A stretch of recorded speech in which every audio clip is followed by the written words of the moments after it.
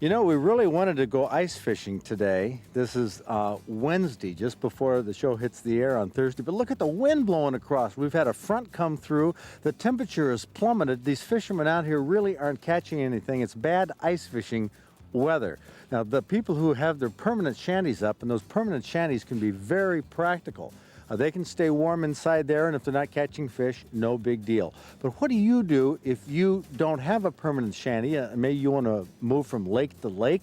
Well, we have some ideas. We're going to show you some different types of portable ice fishing shanties among the many things coming up. I'm Fred Trost. It's time for the Practical Sportsman. Well, there's the permanent ice shanties out there. That's one that won't move maybe until spring, but we have our product testers here, Doug Tabor, Charlie Keenan. They are going to be going through a variety of portable ice fishing shelters. I have the advertisements in my hand, folks, and I'm up to my same old tricks comparing advertising claims to these products. So, Doug, why don't we get into your van here. Actually, he has 4 of the portable ice shanties in the back. And one of the things we wanted to show you is how small they fit in. The first one is the Fish Trap Deluxe. Now, this is made by USL Products. Now, that's pretty slick. It has on its own sled. Why don't we just set it up right here, guys? Plenty of room here. Put your buckets, whatever. Okay, so you put your buckets and your gear inside there. Sit down like that. Fairly simple the way this works. You just flip it over. And there he is. Ha ha ha. That's the last we see of Doug Tabor. Can you wave to us, Doug? Oh, John. Okay, you got enough headroom in there? 2 rods in here. Plenty of headroom for sitting down in here. Yeah, very. Okay. Why don't you flip that back up? That's called the Fish Trap Winter Fishing System. That's an alternative, of course, to the permanent ones. Okay, now, the next one we have, that, by the way, sells for about $200 to $250.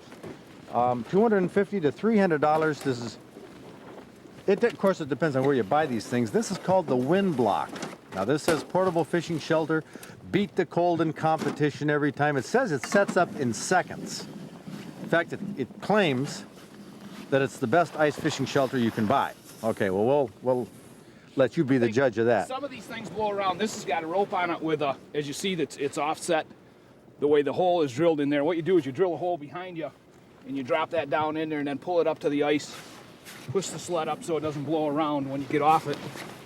Okay. You come around here. So this is a wind block, sets up in seconds, it says. Open like this. Kicker closed here. Okay, that locks those little babies. That locks that open. You're ready to go. All you need is a hole and a rod. Okay, so you can fish this way, or can you pull down the... It gets very cold, real cold, and you can't, the wind is swirling or something, you can't get out of it. You can pull the front down. Like that and like zip that, it in. It zips in. Okay, that's called the wind block. It's got, again, storage in there, in the seat. Box. There we go. Okay, there's 2 of them we've seen, and they're both... Now, these things you have to expect to pay a couple $100 for. That was just $250 to $300. Now, the third one we're pulling out here is called the Minuteman. Okay, this you can pull out on the ice with skis that are on the bottom. You just have to show one of these guys how you tip that up right there and put the clip in. And that's how the skis would be. You put both of them up, and then you can drag it out on the ice. And you don't have to do that, Doug. You can go ahead and put that back. Because once you get out on the ice, you're going to put the skis back down. Now, the Minuteman says, well, it has a whole set of instructions here on how you put it up and take it down. Now, we're going to see if we can do this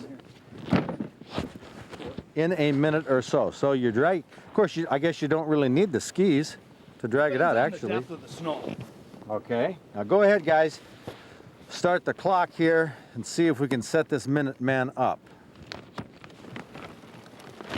Now this one has a floor in it, which you have to have flat snow. You can't have ice chunks or anything because it could kind of make the floor unstable and even break the floor, I imagine. So here's what they're doing. Yeah, get around here, John. You can see on this end. There are aluminum poles that's set up on each end. Look at these guys go, trying to beat the clock here. Running, you know, it makes you a little nervous. Okay, now this one has a principle of a rod that goes on the inside between the aluminum frame, these sections. So you can see right here, John, the setup instructions. I got them in my hand and it tells how to do it. And that, okay, you've got that set up. And this one has openings at both ends. Also has, look in here, John, we have windows. If you're tip-up fishing or you just want to keep an eye on what's going on, you can look through these windows that Velcro down. Now, check this out. While Doug is taking those little pieces of wood clip in there, and you would spud or auger your holes right in there and sit in there and fish. And a lot of times with these, it's better if you do your holes first and then pull the tent over them. And then you don't have all the slush and everything from cutting your holes on them.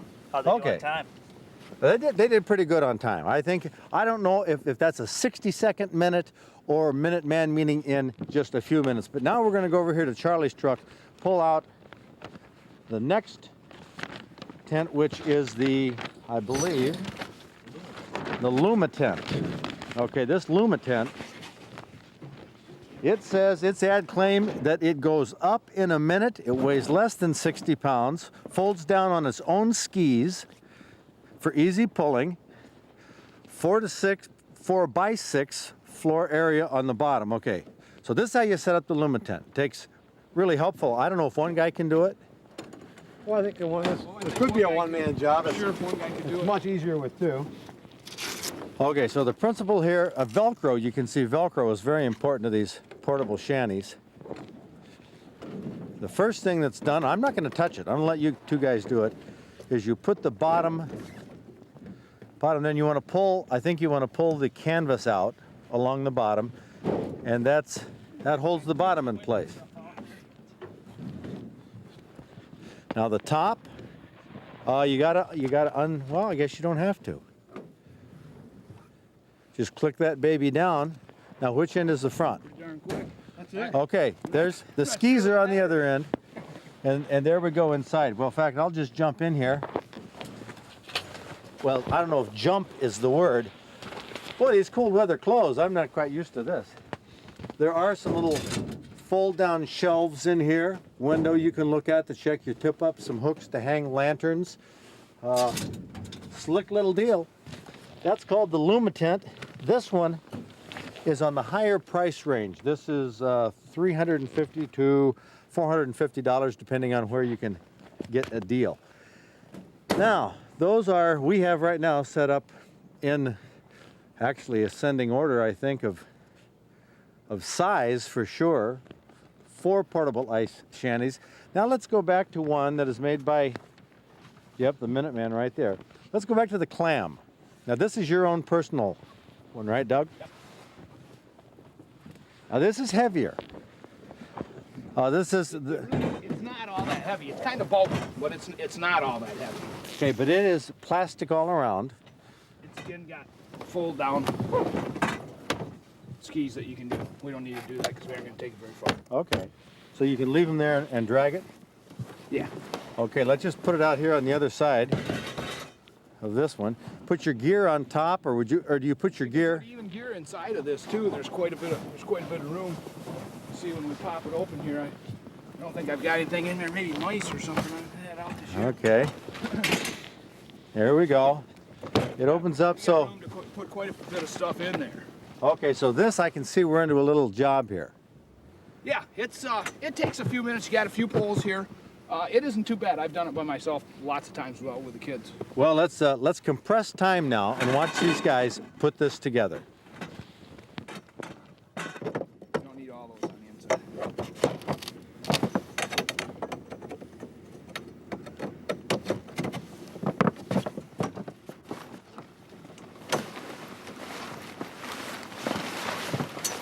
So I see this is an entire separate unit here.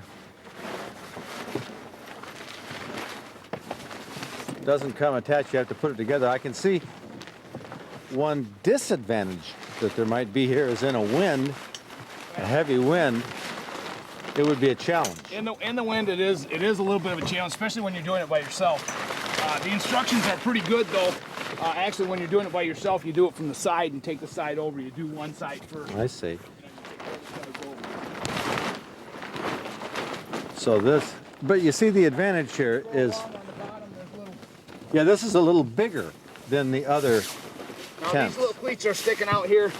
There is a different design on the newer ones. I've had this for a couple years. And there's also big improvements coming for next year to make it a little bit easier.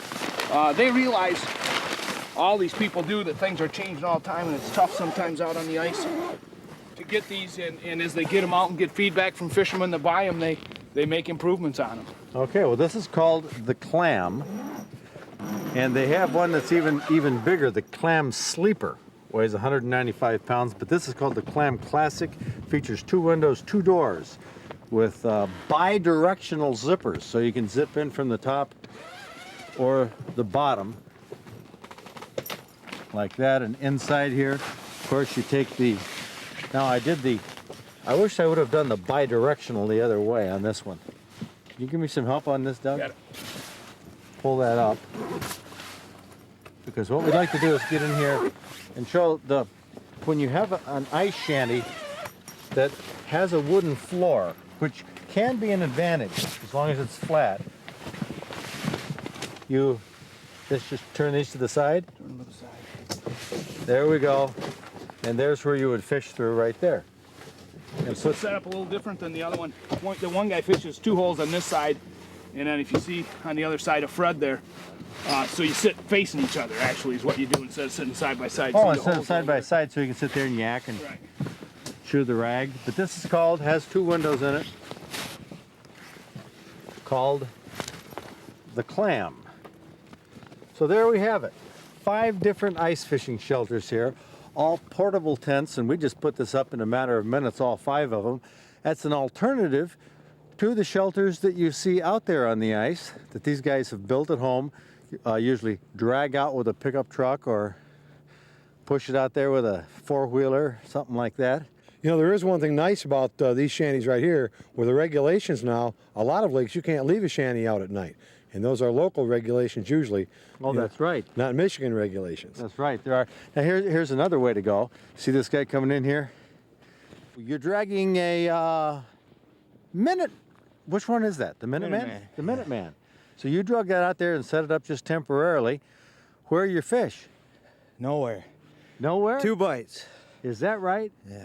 Well, I guess we picked the best day to show shanties rather than show ice fishing, huh? Yeah, exactly. What's your name? Mark. Tyler. From where? Lansing. Okay. And Excuse me, I'm a little out of breath here. I noticed you really pulling back. You didn't set up the skis on the bottom of this. No, there is no skis. Not on this not model, on huh? this model. Oh, the new models have skis. Wow. But you didn't get any fish. No, been But on you there know, for about 4 hours. that warms the cockles of my heart because we decided not to go fishing today and to show the fishing shanties instead. Nice meeting you, Mark. Hey, take care. Okay. Well, that's the story. Isn't that interesting? One of the 5 shanties we showed, there it is. He went out and tried it. It doesn't guarantee fish, but there is a practical sportsman.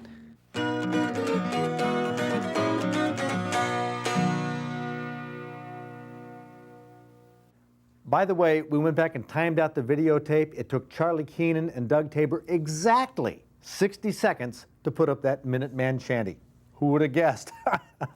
Anyway, we have been talking for a couple weeks about an ice fishing sled that Gary Botek made. We have the ice sled plans right here in our new Practical Sportsman magazine, and the sled itself is on display right here in the museum. That's where we tape the TV show, including our scrumptious recipes. The featured dish today is sour cream venison. And this was prepared by somebody who has contributed a number of excellent recipes here to us over the years. Sharon Duca from Wayne. Sharon, I'm going to scoop you out some. John, behind the camera, made a prediction while he was just looking at this. He says, this is going to be great. I hope so. Now, it's made, obviously, with venison burger. Right. And carrots and mushrooms and sour cream's the main taste that you pick up. But the venison, you can really taste the venison in this. which is nice. Yeah, and this venison is from local 735. We put out an emergency call, Oh, and I think it was Don Skidmore came through. and So thanks. and got a deer quickly. Yeah. A salvage deer. Right. Well, this is great. This you have, of course, we have some of the ingredients over here. You use minute rice. Well, not for this particular one, but usually I do. Use rice, sour cream, canned evaporated milk, Right. and mushrooms, a few spices, and then you add celery, carrots, as you said, Right. and so on. Allspice, basil. What's the key? What's the real key to this It's dish? just a blend. The venison is a strong flavor, so the sour cream kind of mellows it out, and then the herbs and spice just kind of float all in together. Is this something that you would make up fresh and then serve right away, or is it something that gets better day after day, or This particular dish, I think it tastes better the day after, because the flavors do all blend really nice, and it just actually second day it's even better than that. How'd you come up with this? Is this I play in the kitchen. you just monkey around? Yeah, and if it tastes good, well, I write down. I've learned from experience to write down everything, because I've lost a lot of recipes Because you've goofed around, you've come up with something that was really great, and can't get it right. and ever can't again. remember how you Right. did it. Well, that's a good tip. So now every time I am playing, that's what I call it, playing. I write it down, and if it doesn't turn out quite right, well then I alter it a little bit. But boy, this sour creamy taste. John is gonna like this. You were right on in your prediction here. And with the venison flavor, which is something a lot of people aren't used to, they don't eat very often. Right. After, you have to have about 4 or 5 or 6 bites, and then you really get going. And then it really tastes good. I'm going now. I'm on a roll, so I'm going to eat. Sharon, thank you very much. A super recipe. Sharon Duca's recipe for sour cream venison is in the new, just put in the mail to subscribers, Practical Sportsman magazine. The recipes are in handy clip-out format. Now switch to page 42, and you'll find the trophy book, where you'll see a picture of a 20-pound wild turkey gobbler with an 8 3/4-inch beard. That's a great picture. The lucky hunter is Jim Wyke from Belding. He took that big tom during the spring season in Montcalm County. St. Clair County produced this 12-point buck for 16-year-old Chris Guizdala from Marysville. It didn't have a very wide spread, but Chris took it with a 50-pound bear bow on October 19th. Now here's the kind of crappie ice fishermen are looking for right now. This one nearly 2 pounds. Czech Penizoak from Brutus took it from Burt Lake up in Sheboygan County. That's where that sturgeon spearing is going on right now. And here they are, Mullet, Burt, Black Lakes right up here, these 3 lakes. This is where the sturgeon spearing is going on right now. It's a really hit and miss type of thing, but this continues until the end of February. Well, what we've showed you is 5 different ice fishing shanties. All of them fold up. They're all portable. Take them to different lakes. We have, of course, the Clam here is the biggest one, can hold the most people. The Luma Tent, boy, the beauty of this one is it has the built-in skis. It just goes up and nothing flat. Of course, this one pops up. Well, this one pops up, and I tell you what, if it can hold my weight, and this is the first time I've been in it, this is a pretty nice little outfit. Okay, and the advantage, you like it. Which one is this, Doug? This is the wind block. The wind block? I like it. I use it for my perch fishing and walleye fishing most of the time when you're fishing by yourself. You haven't got kids or somebody else with you that you're fishing. It's easy to get out on the ice. You can put all your equipment in there. It flips up. You put your back to the wind and put this back to the wind there, and you never get cold. You can stay in there all day. A lot of times I take my jacket off. And you wouldn't need a lantern. Now, of course, this one right here, the fish trap, put your gear in there. I tell you, if you want to fish in solitude, and you want to say, hey, all you guys, see ya, this is the way you do it. Ah, this is solitude.